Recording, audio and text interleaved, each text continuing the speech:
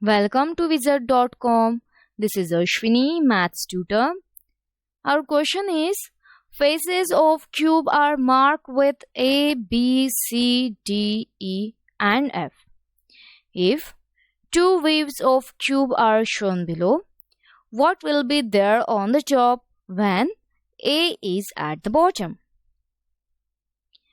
Here, in the two waves, position of E is same. Okay, if we rotate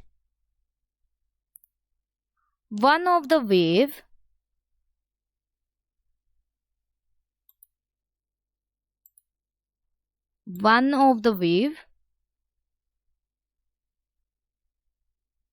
by keeping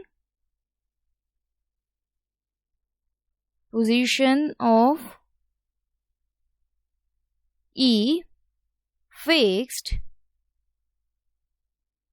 we will see that F will be opposite to A.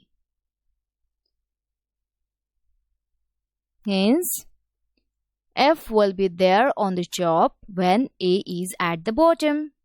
Hence,